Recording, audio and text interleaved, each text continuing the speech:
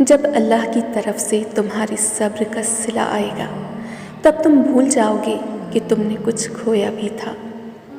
آزمائش کے بعد جب تم اللہ کے قریب ہو جاتے ہو تب وہ تمہیں ایسی اندیکھی طاقت دے دیتا ہے تو تم ان حالات سے نڈر ہو کر لڑ جاتے ہو جو تمہاری نظر میں ناممکن ہوتے ہیں۔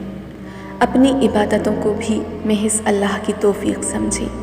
ہماری ساری عبادتیں مل کر بھی اللہ کی کسی چھوٹی سی نعمت کا بدلہ نہیں بن سکتی۔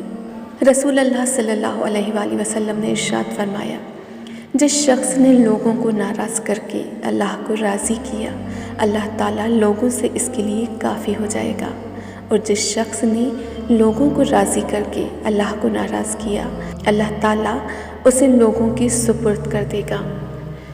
اور اگر اللہ تمہیں کسی مصیبت میں ڈالنا چاہتا ہے تو اس کے سوا کوئی اسے دور کرنے والا نہیں، اور اگر وہ تمہارے ساتھ کسی بھلائی کا ارادہ فرمائے تو اس کے فضل کو روکنے والا کوئی نہیں۔ جانتے ہو وہ تمہیں اتنی ہمت کیوں دیتا ہے؟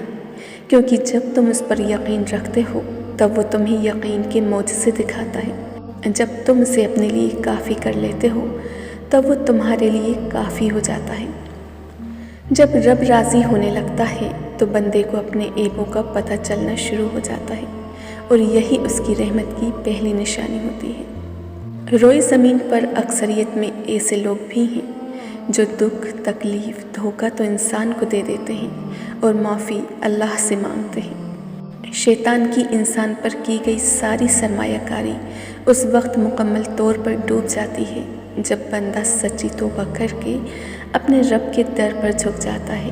بے شک اللہ پاک ہر گناہ گار کی توبہ قبول فرمائے گا۔